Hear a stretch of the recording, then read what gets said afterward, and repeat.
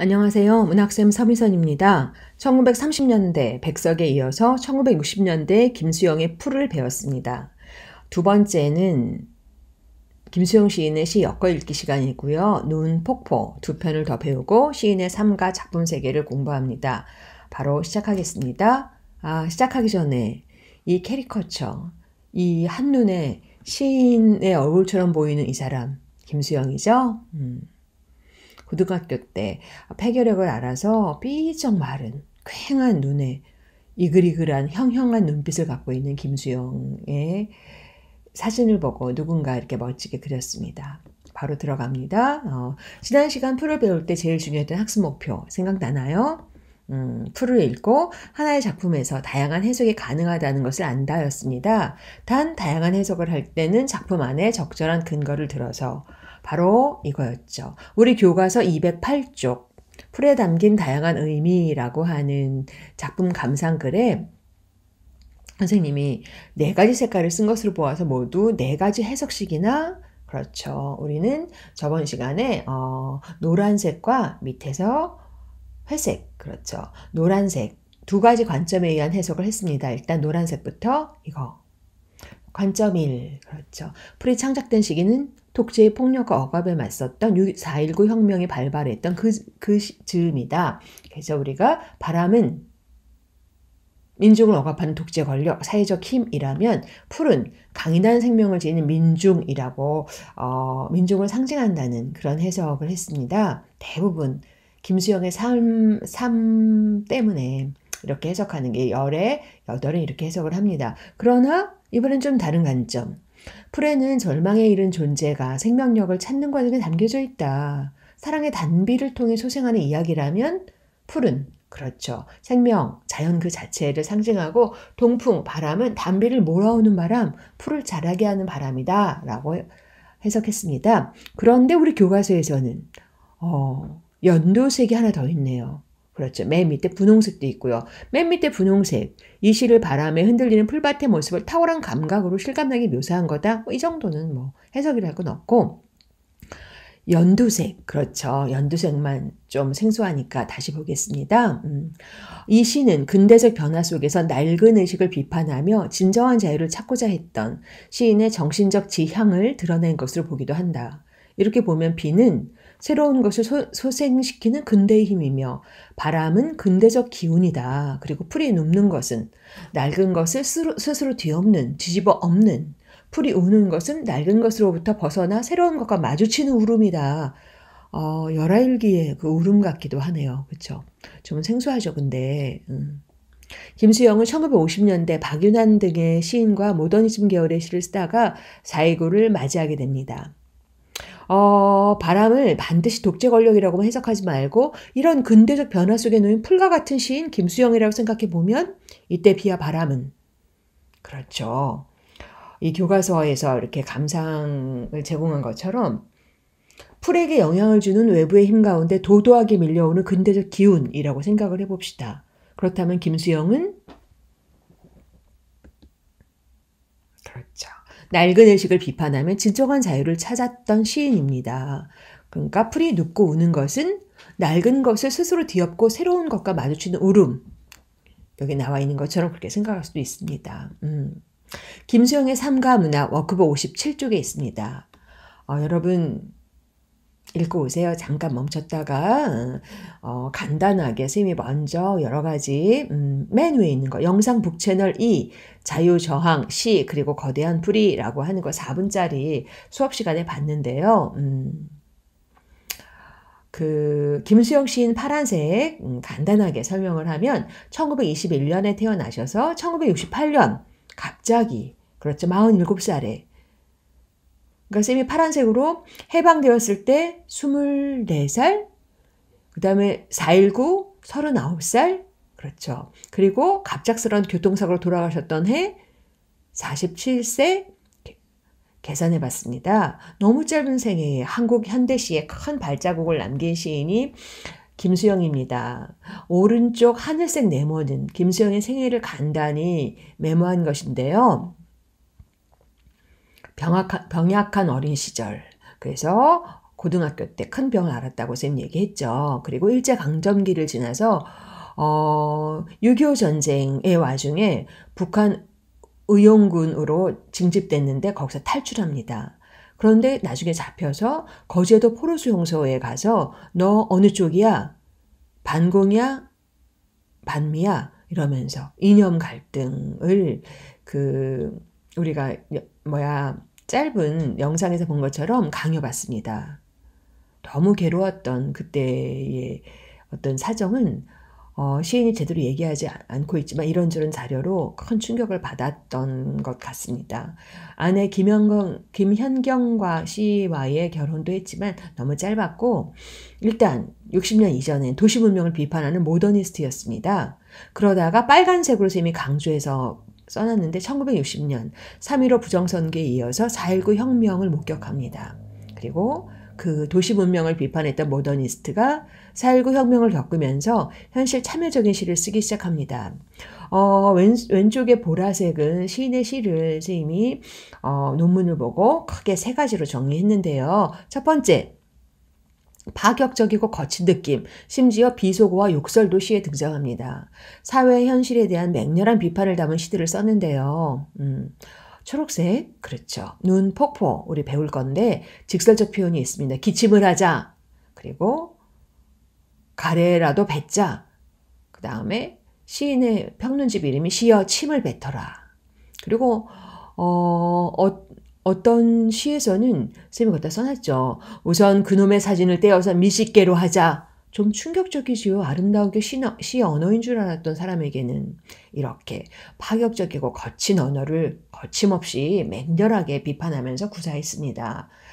그러다가 두 번째, 자기 반성과 정직한 자기 고백을 담은 시도 발표를 했는데요. 어느 날 고궁을 나오면서 라는 긴 시에서는 난 왜 이렇게 소시민적인 불만만 하고 있느냐? 잡혀갈까봐 벌벌 떨면서 이런 자조적인 어조로 노래도 했습니다. 시도 발표했습니다. 그리고 김수영은 자유와 사랑 혁명의 시인이라고 불립니다. 1968년에 쓴 풀이 이러한 그 거칠고 자기 반성적이고 좀 어렵고 이런 시들을 다 거쳐서 맨 마지막 시가 풀, 의외로 너무 쉽고 의외로 너무 단순하지만 많은 의미를 담고 있는 풀이었습니다. 우리 워크북 교과서에 있는 것을 갖고 왔는데요. 시작은 시를 쓰는 것, 시작은 머리로 하는 것도 아니고 심장으로 하는 것도 아니고 몸으로 하는 것이다. 온 몸으로 밀고 나가는 것이다. 라는 평론이 있습니다. 김수영의 이른바 온몸 시론으로 불리는 것으로 아주 유명한 말입니다. 자, 우리 워크북에 실려있는 김수영의 또 다른 시 2편, 58쪽의 눈, 59쪽의 폭포. 풀처럼 눈, 폭포 다 자연물이죠. 사물을 들어서 어떤 그 정신적인 가치, 정신적인 지향을 담았을까요? 일단 눈부터. 복잡하다 이거. 쌤의 시 노트인데요. 일단 읽어볼까요? 김수영의 특징은 반복과 변주, 우리가 풀에서 느꼈습니다. 한번 읽어보겠습니다. 눈은 살아있다. 떨어진 눈은 살아있다. 마당 위에 떨어진 눈은 살아있다. 기침을 하자. 젊은 시인이여 기침을 하자. 눈 위에 대고 기침을 하자. 눈더러 보라고 마음 놓고 기침을 하자. 눈은 살아있다. 죽음을 잃어버린 영혼과 육체를 위하여 눈은 새벽이 지나도록 살아있다. 기침을 하자 젊은 시인이여 기침을 하자. 눈을 바라보며 밤새도록 꼬인 가슴의 가래라도 마음껏 뱉자.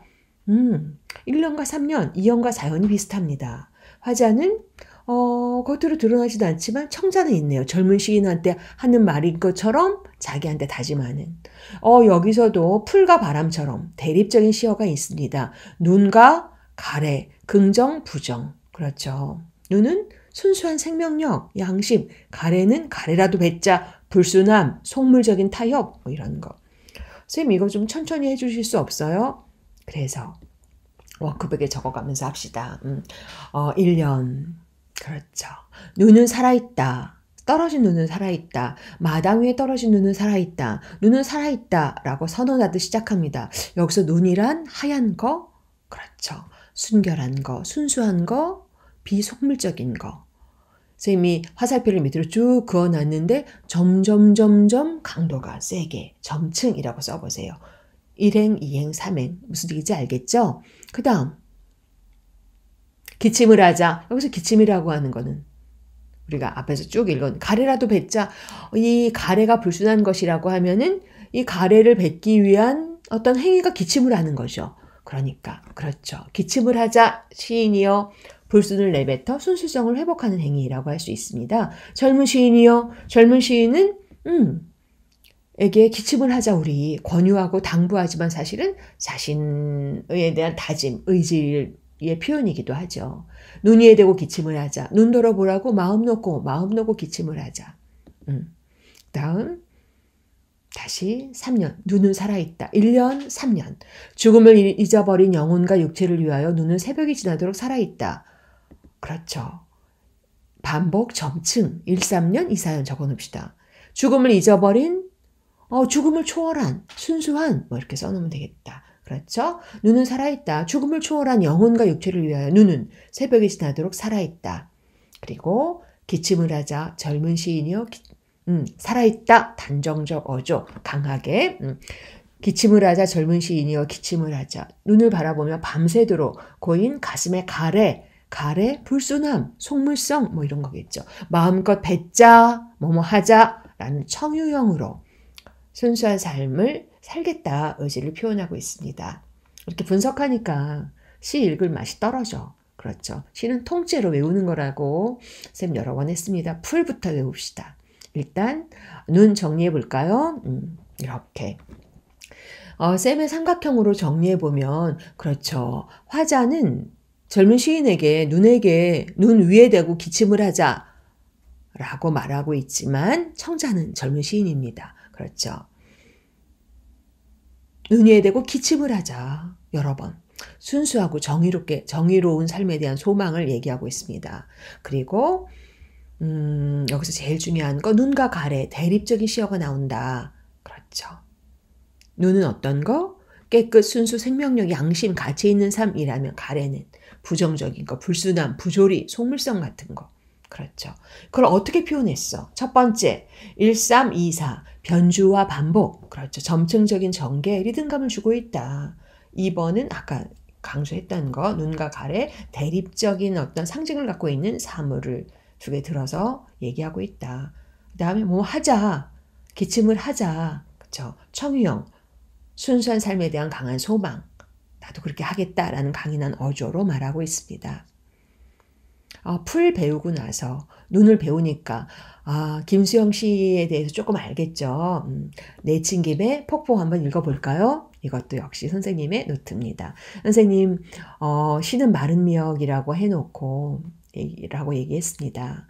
시를 읽을 때 아무런 참고자료 없이 A4 용지에다가 천천히 필사, 선생님은 타자를 쳐서 그렇죠.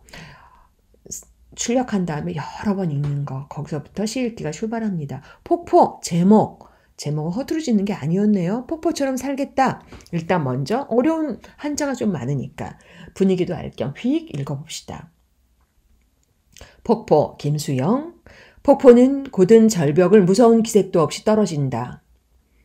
규정할 수 없는 물결이 무엇을 향하여 떨어진다는 의미도 없이 계절과 주야를 가리지 않고 고매한 정신처럼 쉴 사이 없이 떨어진다. 금자나도 인가도 보이지 않는 밤이 되면 폭포는 고든 소리를 내며 떨어진다. 고든 소리는 고든 소리이다. 고든 소리는 고든 소리를 부른다. 번개와 같이 떨어지는 물방울은 취할 순간조차 마음에 주지 않고 나타, 게으름, 나타와 안정을 뒤집어 놓은 듯이 높이도 폭도 없이 떨어진다. 선생님 제일 중요한 시적 대상은 어떤 모습이냐, 어떤 소리냐, 어떤 속성을 갖고 있느냐 막 적어보고 그렇죠.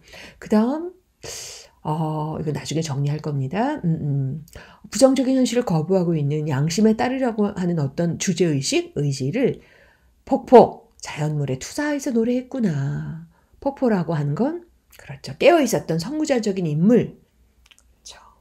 그래서 이 시는 조금 어려운 게 나 부정적 현실에 저항하는 선구자로서의 삶을 살겠다라는 어떤 생각, 상징, 그래서 이런 걸 주지적인 시다. 정서를 얘기한 게 아니라 관념, 생각을 노래한 거다. 이렇게 살겠다, 폭포처럼 살겠다 라고 실천적 삶을 형상화한 거다 라고 할 수 있습니다. 너무 많다. 우리 워크북에 다음과 같은 정도만 정리하면서 볼까요? 폭포 봅시다. 폭포는 고든 절벽을 무서운 기색도 없이 떨어진다. 여기서 폭포란 아까 얘기했죠. 시인의 현실인식, 주제의식, 정신의 자세, 그죠? 폭포 그런 걸 드러내고 있습니다. 떨어진다, 떨어진다, 떨어진다, 떨어진다. 각 연 끝에 반복하고 있습니다. 두 번째, 2연.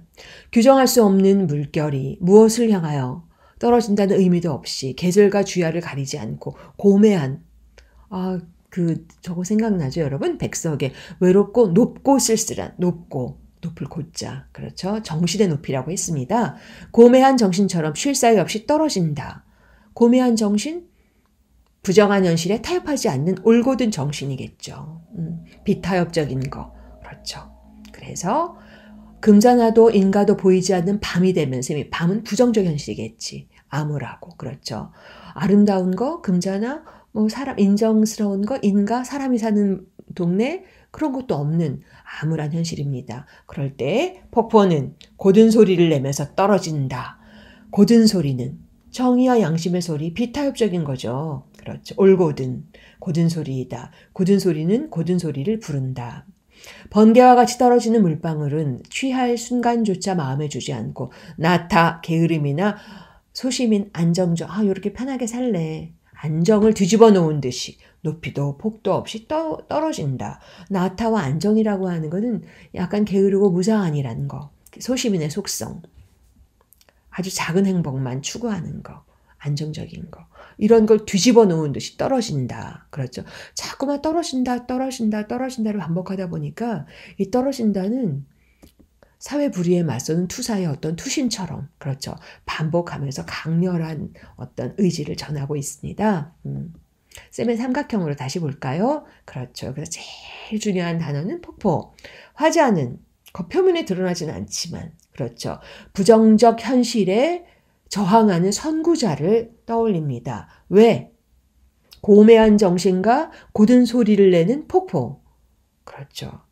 띡띡띡 3개 해놨는데 고든 절벽을 무서운 기색도 없이 고매한 정신처럼 쉴 사이 없이 나타와 안정 따위 뒤집어 놓을 듯이 높이도 폭도 없이 곧게 떨어진다. 그거를 떨어진다. 떨어진다. 시적인 표현법. 첫 번째, 동일한 시어와 식구의 반복으로 운율감과 의미를 강화한다. 김수영의 시는 자꾸만 들여다보다 보니까 단순한 구조가 힘인 것 같아요. 그렇죠. 단순한 구조의 반복. 그리고 폭포의 속성, 풀, 눈, 폭포. 다 알겠죠, 여러분? 주제를 형상화하고 있습니다. 워크북 59쪽에 1번과 2번. 쌤이 질문 던졌는데 요거까지는 기본이고 여러분 잠깐 멈추고 워크북에 정리하고 들어볼까요? 첫 번째. 그렇죠. 작가에서 학습한 내용을 참고할 때 작가의 삶, 눈과 폭포에서 화자는 눈과 폭포가 어떤 속성을 갖고 있다고 생각하는가? 눈, 깨끗하고 순수, 생명력, 가치 있는 양심적인 삶, 반대는 가래, 폭포, 그렇죠. 부정적 현실에 안주하지 않고 이를 극복하려고 깨어있는 선구자적인 인물, 부정적인 단어는 밤 같은 거 있었습니다. 풀, 일어난다와 유사한 의미, 눈에선 기침을 하자, 가슴에 가래라도 마음껏 뱉자, 폭포, 고든 소리를 내며 떨어진다. 여러분 알겠습니까? 자, 오늘은 김수영의 시 2편과 김수영의 삶에 대해서 알아보았습니다. 쌤이 읽고 있는 책 김수영을 읽다의 부제는 자유와 사랑, 자기 반성과 혁명 정신입니다. 1930년대 백석이 북방 정서의 향토적 시어로 고결한 정신을 노래했다면 1960년대 자유와 혁명 그리고 사랑에 대해서 탐구한 시인 김수영은 고매한 정신을 노래했습니다. 여기까지. 다음 시간 안내입니다. 다음 시간은 시험 범위 3월 학력평가 시 2개를 하려고 합니다. 나희덕 그 복숭아 나무 곁으로 복효근 잔디에게 덜 미안한 날. 이 두 시인은 선생님이랑 비슷한 동년배 지금 현재 활발하게 창작 활동을 하고 있는 멋진 시인들입니다. 다음 시간에는 이 두 시인의 시로 만나기로 합시다. 여러분 오늘도 수고 많았습니다.